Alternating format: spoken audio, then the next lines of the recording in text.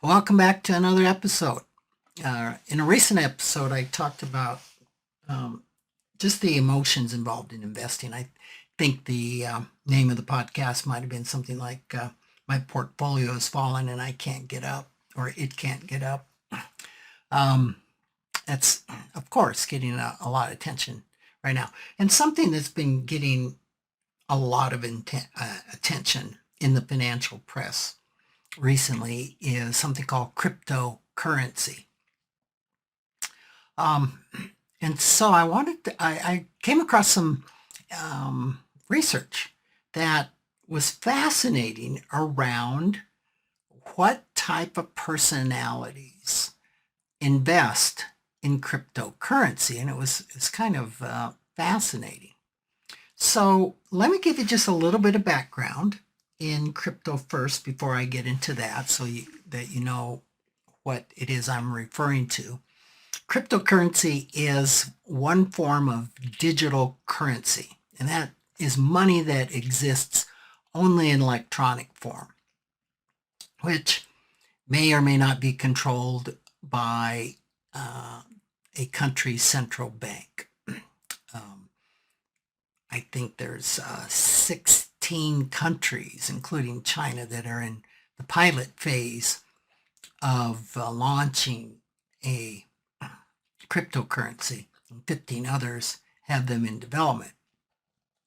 So it is, say, encompasses a broader spectrum than just Bitcoin or Ethereum, which are the two most popular cryptocurrencies. And a cryptocurrency is a currency, a unit of encrypted data. All right. It's created, which they call it being mined, by computers that solve really complex digital problems. And there's a computer network called a blockchain that maintains the currency, the security of it, records transactions, and limits the creation of new currency, therefore giving it some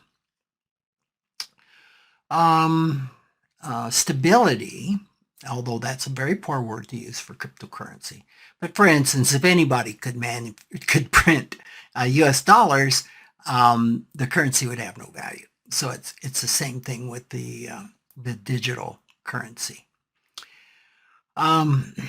Virtual currencies are always unregulated and controlled by their developers. So Bitcoin is a virtual currency.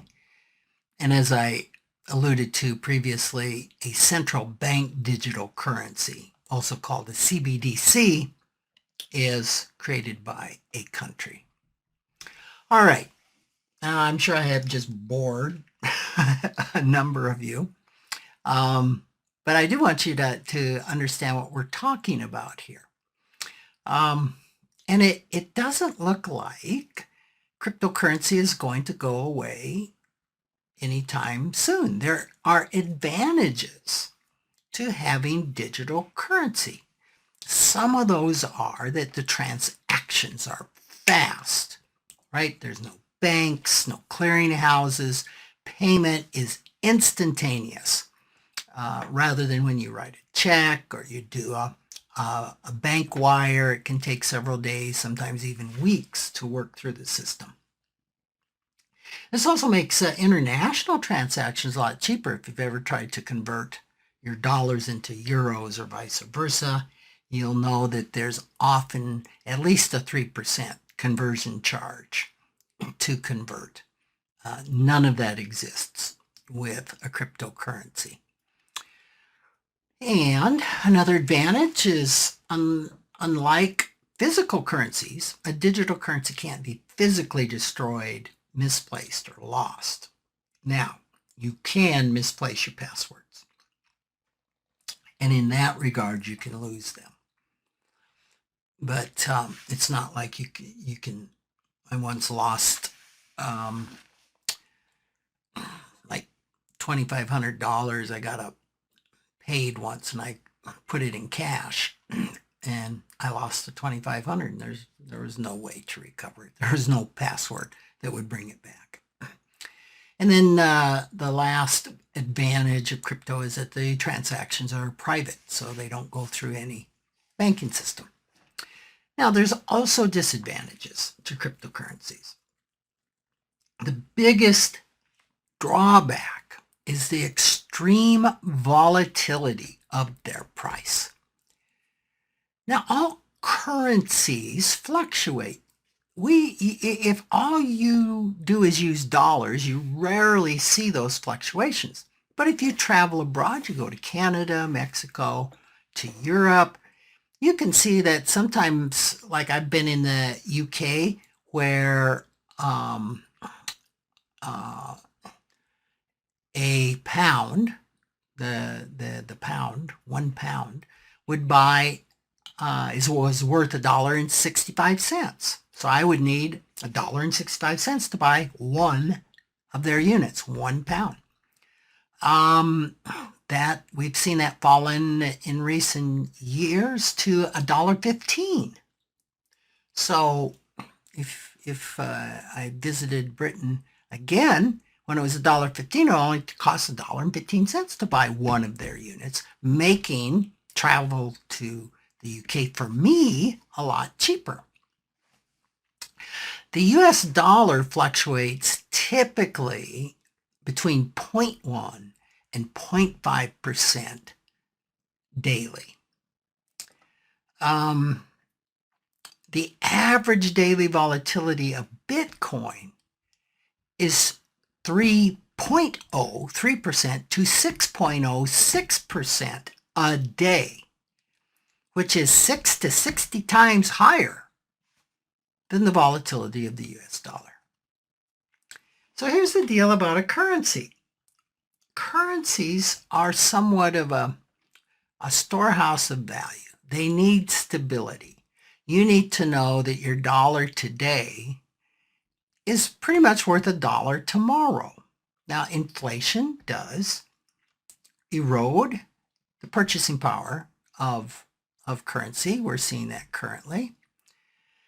But if prices fell or rose 3 to 6% a day, this would make things very volatile. It's not, that no longer becomes a currency. A currency's got to be stable to have value as a medium of exchange. So digital currencies today are a real poor decision to transact your business, your purchases with. Another disadvantage is if you don't have internet connection, you don't have currency. And we all lose cell service from time to time, or Wi-Fi, right? And like I said before, if you forget or lose your password, you are out of luck. So, with that foundation in mind, I've warned against then investing, which is really speculating in cryptocurrencies, since 2017. I don't think digital currencies have any place in any conservative investment portfolio. They need to be looked at as risky speculations, and never borrow to speculate in virtual or cryptocurrencies. And don't commit money to them that you are not totally comfortable in losing. And sometimes we just underestimate that because we say, oh yeah, I'm okay losing that, and then we lose it, and we find out we were not so comfortable.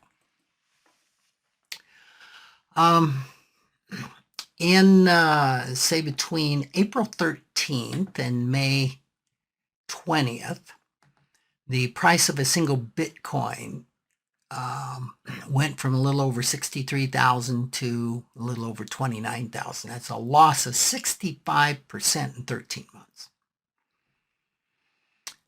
That's huge. That's a crash. That's beyond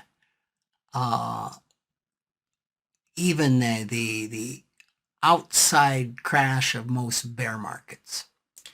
Now, in contrast, if you had a diversified portfolio that I've talked about before, how much do you think in that same period of time that that portfolio lost? 0.5%. 65% to 0.5%. All right? So this really highlights the volatility that's so common with cryptocurrency. I would suggest that no evidence-based in long-term investor would include such a speculative gamble in their portfolios. And we've talked a lot about cognitive biases that might be involved in us including such risky stuff in a portfolio. So all this kind of makes you wonder, well, what type of personality signs on for such violent volatility? And I read a study by Wang, Martin, and Yo in social psychology. And they surveyed 566 investors to find out what the commonalities might be amongst crypto investors. They gave them a personality test. They asked them if they invested in crypto or planned to. And of their sample, 26% currently owned crypto and 64% showed an interest in crypto. Here's what they found. And this isn't going to amaze you. They found that people who own cryptocurrency are people drawn to high-risk investments and a distrust in government. Well, that makes sense, right? Because one of the advantages of crypto is there's no paper trail, and there's in virtual digital there's no government involved. So then they went a step further, and they assessed these individuals to see if there was any commonality of personality traits. What they found was pretty amazing. These speculators, and I just hate to call them investors, right? I've talked about 3 phases of wealth accumulation: saving, investing, and speculating. And so many people jump from saving, which is like cash in the bank, to speculating, which would be crypto, get burned, and then say, I'll never invest again. Well, they never invested in the first place. Investing is boring. So these speculators, while saying they were investing for the hope of high returns, were speculating in cryptocurrency for reasons that weren't just about the money. Imagine that. It's not just about the money. So these speculators all held personality traits in what psychology calls the dark tetrad, T-E-T-R-A-D. Maybe it's tetrad. I don't know. It's a word I've never seen before. And this dark tetrad is a group of 4 personality traits. And those 4 personality traits are narcissism, psychopathy, Machiavellianism, I can't even say it, Machiavellianism, and sadism. I probably should have figured out how to say that word before I recorded a podcast. Oh well, you know this is fairly unscripted, right? It's just the chat that we're having.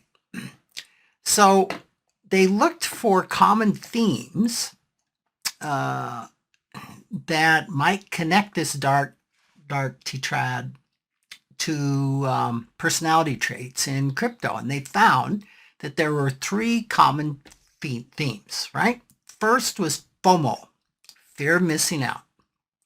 The second theme was optimism. And the third was a belief in conspiracy theories. So these were the popular themes. So let's look at each one of these. The researchers found that narcissists who tend to be self-centered and experience feelings of privilege and predominance over others tend to like crypto because they are confident that their decisions are better than the decisions of others. Now, I've done a podcast on cognitive bias, and the cognitive biases involved here are overconfidence, delusion, and narrow framing. And I just won't get into explaining those here. You can go back and maybe listen to that podcast to get a little bit more. But it's that super confidence, overconfidence that they are going to be right. And the folks that I've worked with that have owned crypto to a person are absolutely confident it's going to work out. In some cases, even to the extent of borrowing money. And some have borrowed millions of dollars to invest in crypto, only to have watched the crypto fall 65%, and now they're way tipped over. They owe way more than what their crypto is worth. And the deal is, because of the overconfidence, this person doesn't know when to walk away from the table. My mentor in financial planning loved to gamble, loved blackjack. And he played it very scientifically, because with blackjack, every hand has a right decision. It's not really, it's chance, but there's a right call on every hand you own, based on statistics and probabilities. And I was with him in Las Vegas once, and I have a pretty low tolerance for loss. And I think at that time my tolerance was probably about $10. We went and played blackjack at the tables, and we were up $40. And he said, when we're up $40, it's all over. We're walking away. And that's exactly what we did. And we didn't gamble a penny more that night. And this is how he would approach it. He had an amount he would lose. It was entertainment. It was money he was happy to spend for the experience. And when he lost, he'd walk away. Well, a narcissist can't do that, because walking away when they're down, of course, means they lose, and that is just unpalatable. And when they're winning, they can be confident they're going to even win more. So it can become very difficult. The next personality type is the psychopathy, which according to the research is a callous and impulsive antisocial personality trait. So psychopathic parts of people often find it difficult to perceive or understand or address emotions, right? There's a lack of emotional intelligence and empathy. So this makes them pretty reckless. And that recklessness makes them more resistant to stress and anxiety. Because believe me, when your investments are popping around at 65% up or down, there's a lot of stress and anxiety. So psychopaths like stimulation seeking and risk taking. They're prone to gambling and gambling addiction. And while this includes the cognitive biases of overconfidence, delusion, and narrow framing like narcissism, it also includes confirmation bias and FOMO, fear of missing out on the investment rewards that others are experiencing. The Machiavellian Tendencies. That doesn't sound, it's an Italian name. I don't think I'm pronouncing it very Italian.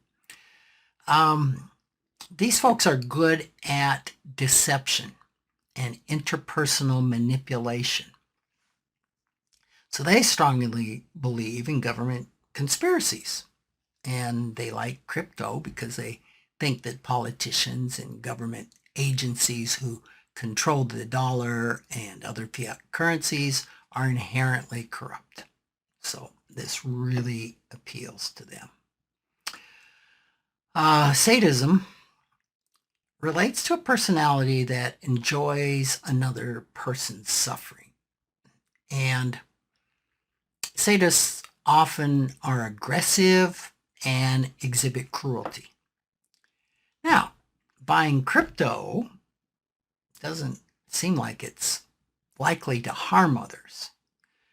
But the research found that sadists like crypto because of the fear of missing out on investment rewards. So it's possible that the sadist, that both the pleasure from seeing another person's pain and the fear of missing out are somehow related to watching the crypto markets and selfishness. So I found all that pretty interesting, pretty fascinating about these parts of ourselves. And I don't mean to be a diagnostic and relating that this is what a person is. We know from an IFS lens that these are all parts of ourselves, and parts of ourselves that exhibit these tendencies. And so there is certainly hope. Just because a person exhibits these tendencies and parts of themselves does not mean that's who they are at their core. And it doesn't mean that they can't work to help heal and unburden these parts from their trauma. Because we know under every financial behavior that's hurtful, that there's a trauma. And so it's simply working with these parts of ourselves to understand what their underlying trauma is and helping them unburden these traumas that can then change these hurtful financial behaviors and bring about equilibrium financially to the system. Also, I don't want you to assume that everyone who invests in cryptocurrencies falls into this dark tetrad. If you're curious, if you have these three of these traits, there's an assessment that you can take, and it doesn't include sadism. It includes the other three. And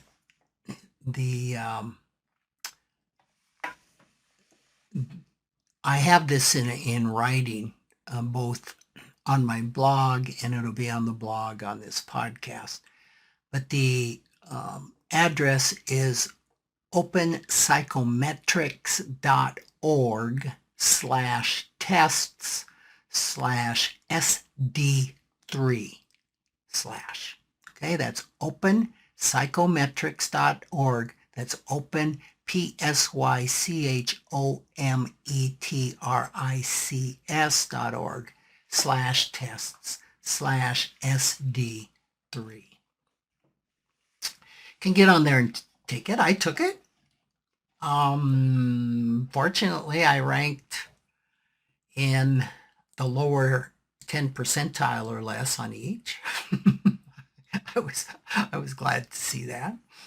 And that's probably why I don't have crypto in my investment portfolios. And quite frankly, I have never owned crypto. I thought about it just to have the experience experience and understand what it's like to own it. And at some point in time, I probably will.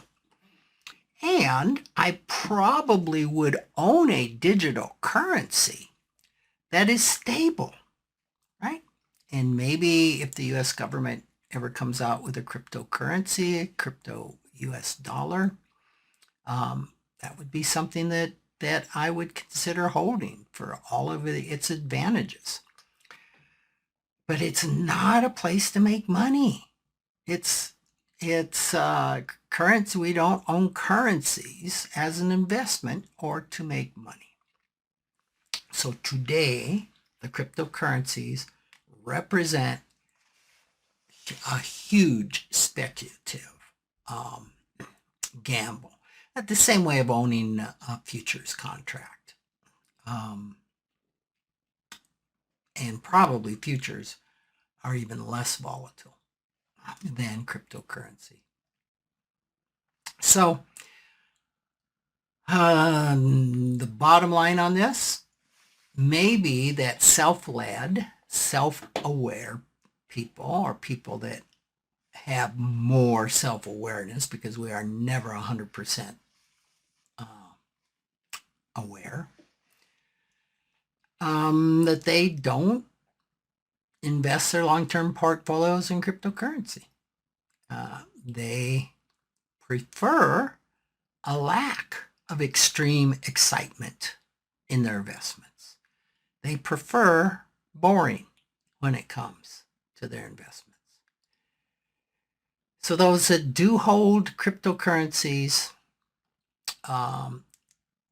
especially when they're borrowing to invest them and investing large portions, even moderate portions of any net worth in them, absolutely have a part of themselves that enjoys walking an investment tightrope. And not only is it a tightrope strung over the Grand Canyon, there are extremely high wind conditions. And it usually just doesn't end well. So, hope you found that interesting. I appreciate you listening. And as always, I welcome your feedback. And you can always email me at rick@rickkaler.com. So take care, and I will look forward to having another episode for you next week. Bye now.